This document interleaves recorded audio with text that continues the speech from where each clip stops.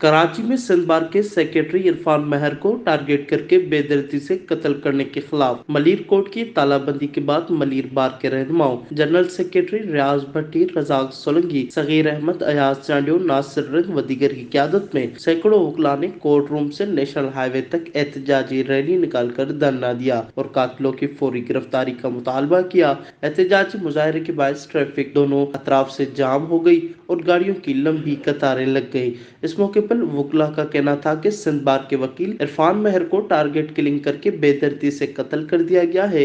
आज एक वकील को निशाना बनाया गया है, कल दूसरे वकील को भी निशाना बनाया जाएगा। लिहाजा इरफान महर के कत्ल को हम तमाम वकला बरादरी कत्ल समझते हैं और हम यूं खामोश नहीं बैठेंगे।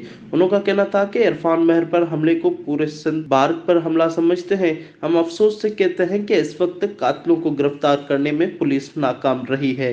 उन्होंने कहा कि हम इस मामले पर किसी सूरत खामोश नहीं बैठेंगे और पूरे मुल्क में तहरीक चलाएंगे। उन्होंने कहा कि अगर फौरी तौर पर वजीर आला सिंध ने मामले का नोटिस न लिया तो सिंध हुकूमत को भी शरीक जुर्म समझा जाएगा। सैयद सजाद अली, वश न्यूज़, कराची।